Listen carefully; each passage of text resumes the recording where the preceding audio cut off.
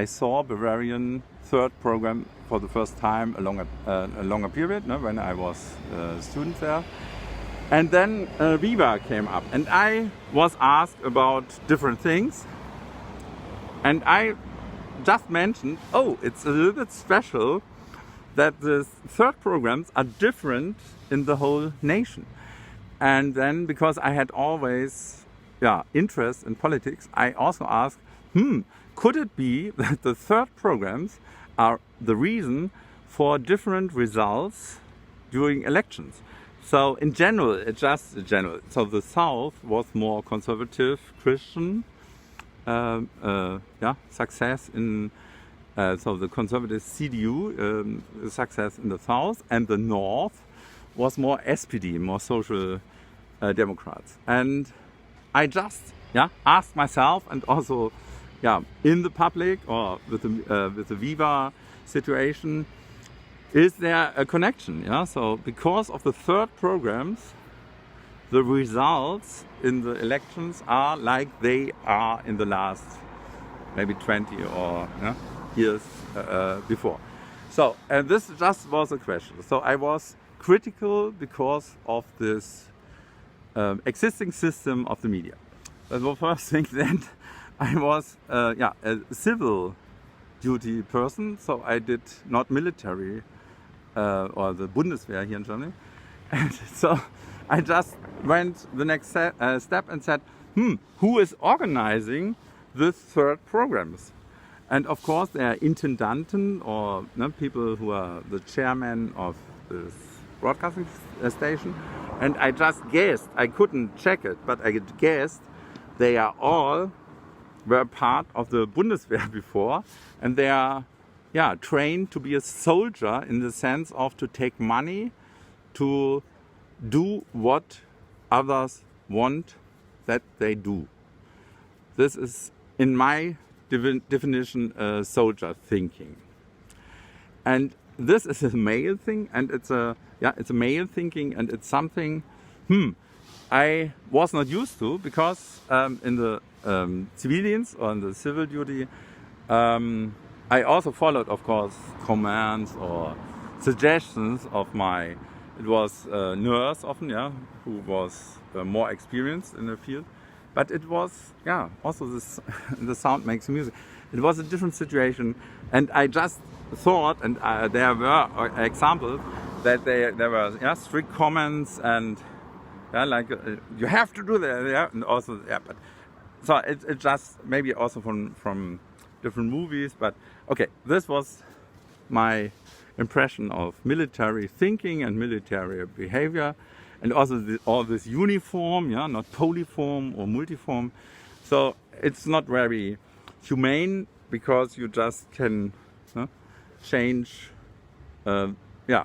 If someone is missing, you just take another soldier. He looks the same way because he has the same uniform.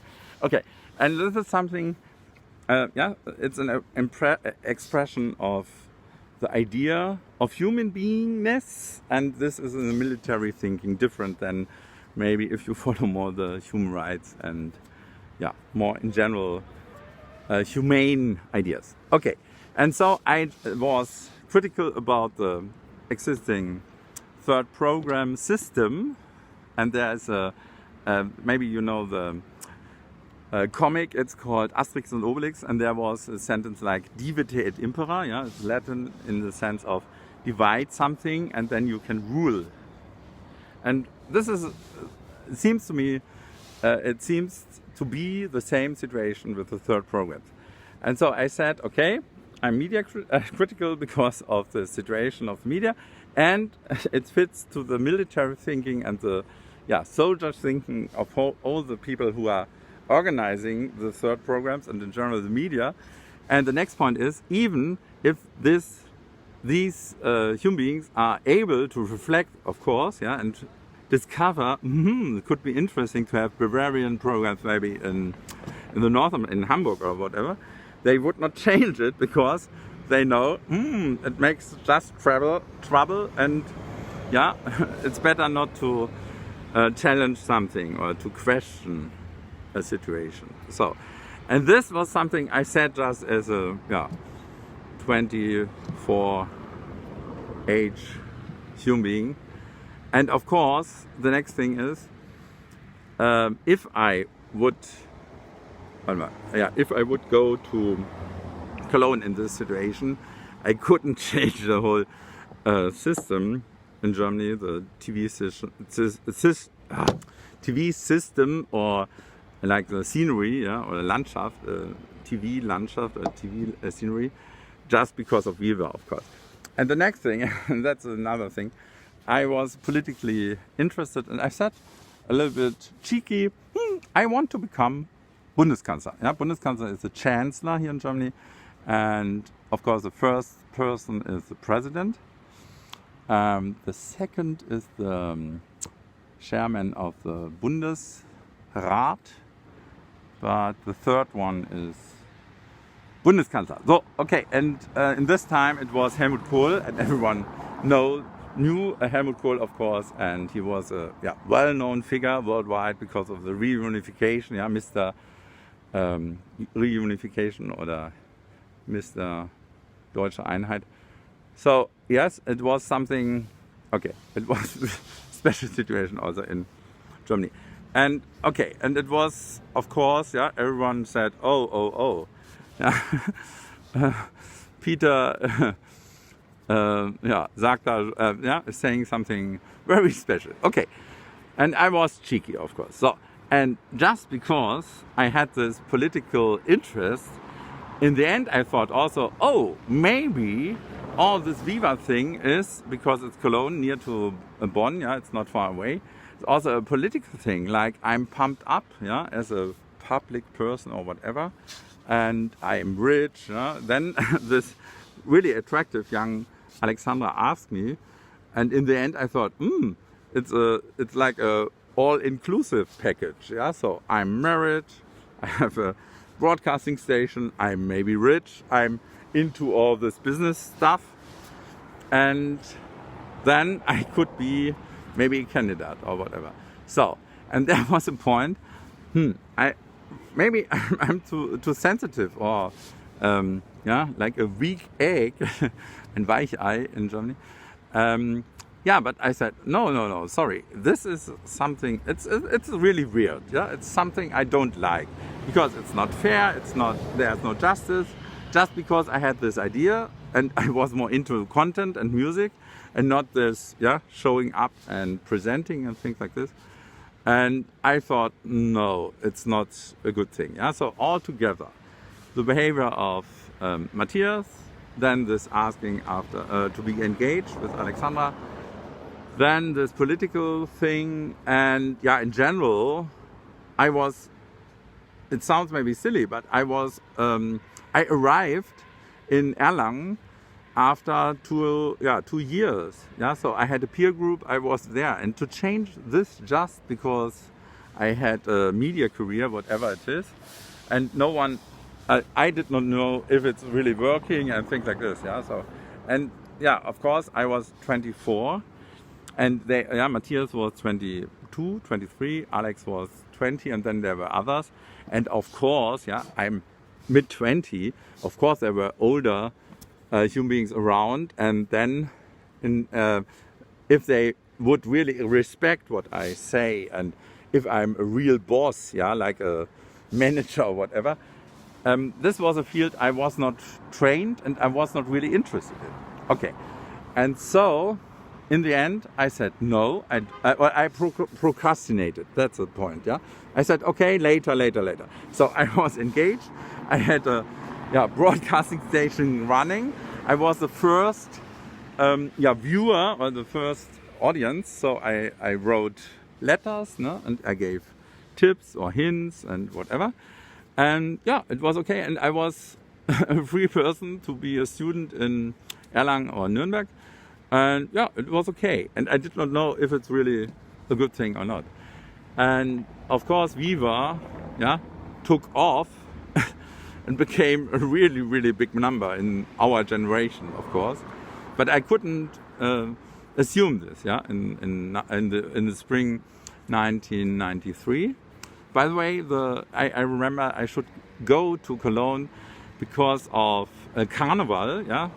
Alec invited me, and I said, I don't know, I'm not so into Carnival, or Mardi Gras, or however you whatever you name it. And so I looked it up. It was 27th of February in this year, to 1993, and we had a contact, and maybe we finished this, maybe also at the end of April, end of February, a week before, yeah. So the Wednesday, this Thursday is Weiberfastnacht, or Mainz bleibt Mainz, wie singt und lacht, was here in Mainz, that's down the Rhine, and then there were different shows, often on TV. This was my carnival experience as a pupil or as a teenager, and so I said, no, I'm not so, and I was young, I was engaged, and it's something. It was a really special emotional situation, and the next thing is, I just have to mention, we were the AIDS generation. In the beginning of the 80s, there was announced that the AIDS virus, like the coronavirus now, by the way, there are really similar patterns, but okay, that's another topic. And the AIDS virus was announced worldwide, also in Germany. So I would say the whole sexual, erotic field was influenced by this AIDS virus. I never met this AIDS virus, of course, but it was part of this whole sexual field. So, and no, of course, it was a situation, yes, but okay, it was everything clear, of course, yes, but it was really, maybe it was too much in general. It was really too much, and and then okay, I just mentioned it.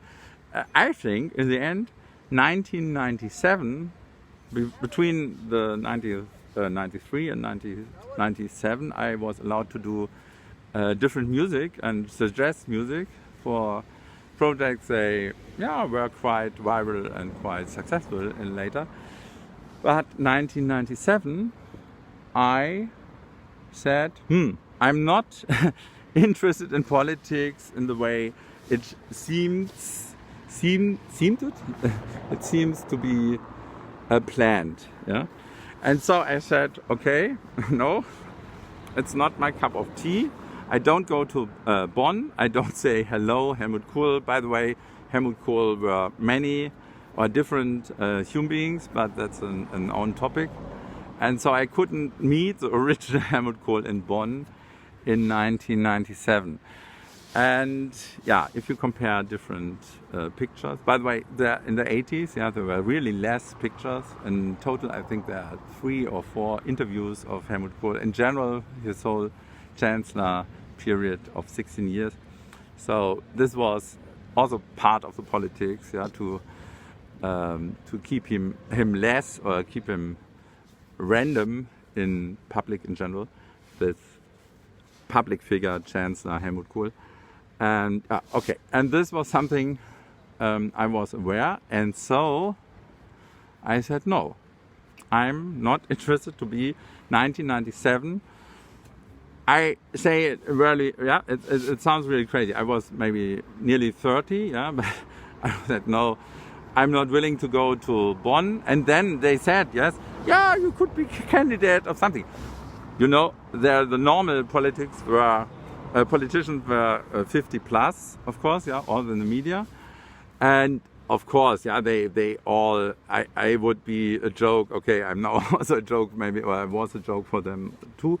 But this whole Bonner Republik was, of course, they were the winner situation after the after the reunification, and yes, and I was critical, and I criticized the Bundeswehr, and of course, maybe a few Bundeswehr people were also human beings were part of this whole success, of course, and so okay, and of course, okay. And this is something I said no, and then happened that I became ill till 2017. I got strong medical treatment.